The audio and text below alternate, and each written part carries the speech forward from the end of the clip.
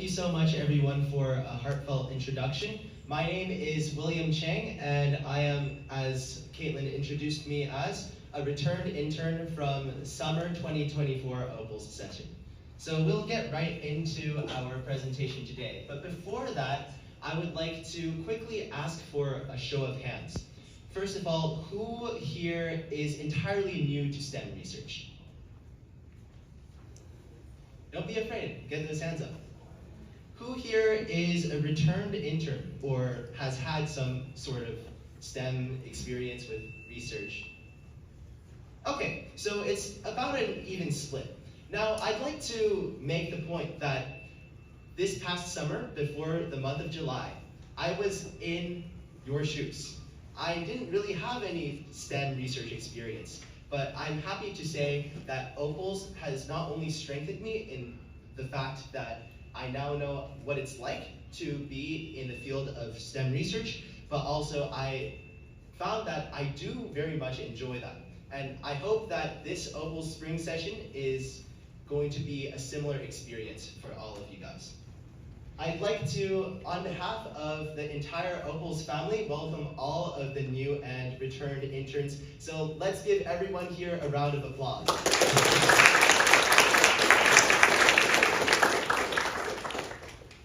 Okay, so that's enough about me. I think I'll now direct the attention over to what I learned and took away from the OPALS program. So as all of you know, and as all of you are here for, OPALS is a science research program.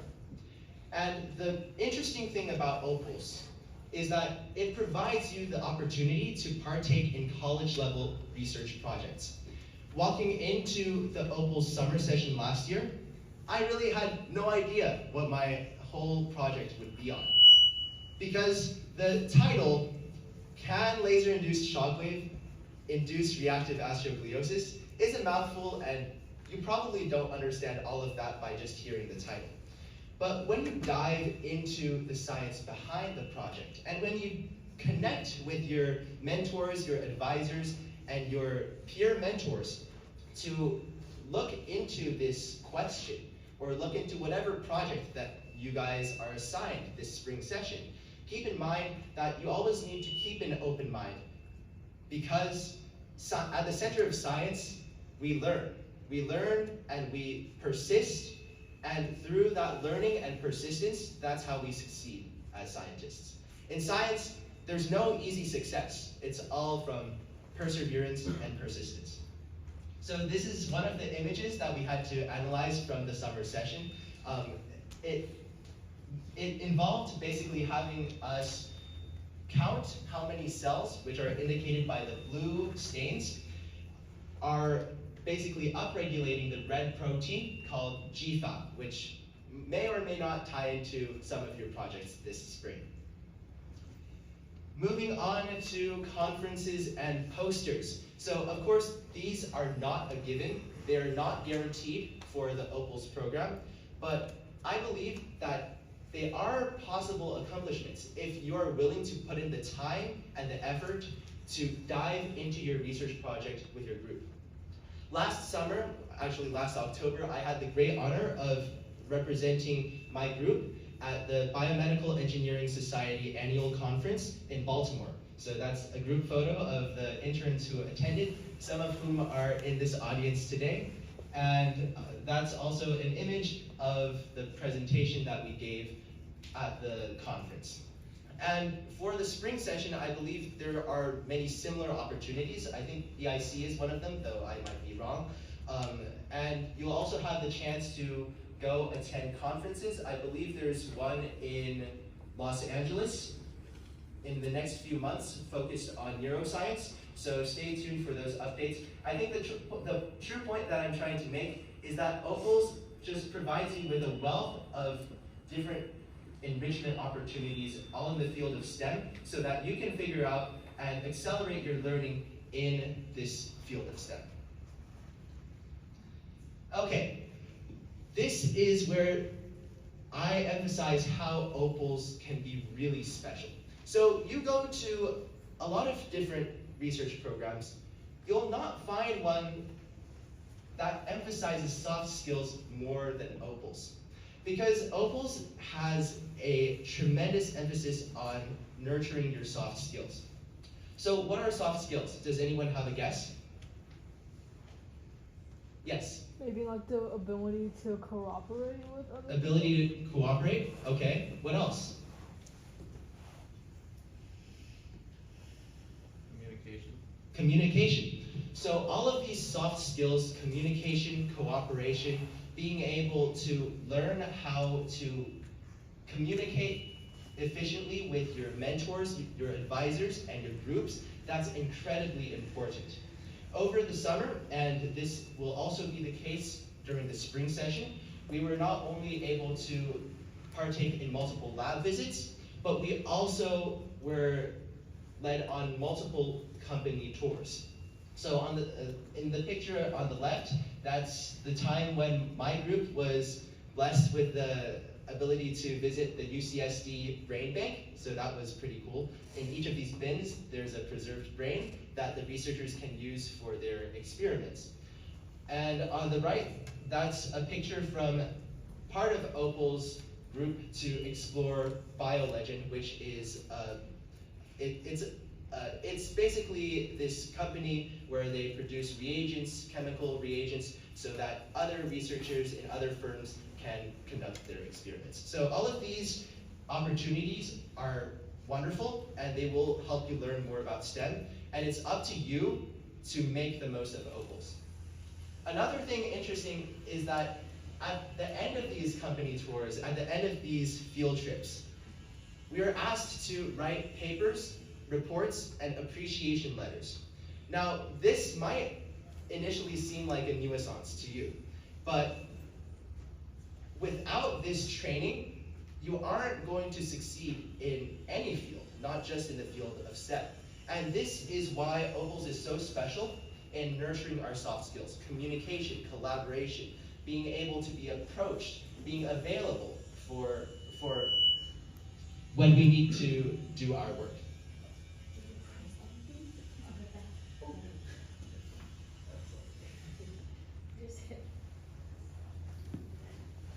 In the meantime, can I hear from some of you guys what are some things that you're most looking forward to at OPALS this year? What about returned interns? Yes, Albert. Frozen yogurt. What else? What about our new interns? Yes. I feel like just being able to do like a research for the first time. That was one of my hopes for the OPALS session last summer, and I think in that sense I've accomplished just that. Anyone else? No? Okay. We'll move on to our next slide. So this is something that's also extremely important in the OPALS program. It's that time that you have to make connections and make bonds with your group members, your advisors, and your mentors. Sure, it's the basic principle of friendship, but it's also how you take these skills that you've learned in OPALS about friendship, about communication, and about networking, and we hope that you take these skills to the workplace. Because especially in fields of STEM and in fields of science, in order to fund a lab, or in order to get a new project approved, you have to make connections, you have to network. And Dr. Linda, our other scientists here in this room, faculty advisors, I think all of you can attest to this being true. You need to learn how to make connections in order to be successful, not just in STEM, but also elsewhere as well. So this is these are a few pictures from over the summer. Some of the friends that I've made over the summer are still in the audience today as returned interns, and I'm looking forward to see how the OPALS family will bond over these next few months. Okay, so you've heard all of that from me, but I just want to end with a few key takeaways about some of the most valuable lessons and takeaways from the OPALS internship, speaking from the perspective of a returned intern. So number one is to be open to learning new things and trying, working with different people as well as working in projects that you know absolutely nothing about. So some of you, I'm sure, looked at your project title, and I think most of you don't have any idea what that's going to really be about. But be eager to learn, be willing to reach out to your advisors, your mentors, because they're the people who will help guide your group along. Also, don't be afraid to ask for help, because asking for help is how you can make connections with other people. I think that the old analogy holds true, that everyone is a treasure trove. And in order to make the best out of everyone, you have to ask for help, you have to be open to asking for help as well. So, as in my case, our group not only asked for help from our mentors and our advisors, but personally, I also, because I'm currently a senior, over the summer, I also asked for help from our wonderful mentor team on my college application package, and I also asked for help from Dr. Linda to write a wonderful letter of recommendation, and I think those things have been a great boost to my college application package as well. And finally, be sure to maintain constant communication with your group members and your mentors and advisors even after the summer session was over, at least the in-person part. We still had to maintain very good communication amongst our group so that we could push forward and get the data analysis done so that we had the necessary information that we needed to write up abstracts and posters. And that wraps up my presentation for today. Go Opals, and I'd like to open it to any questions.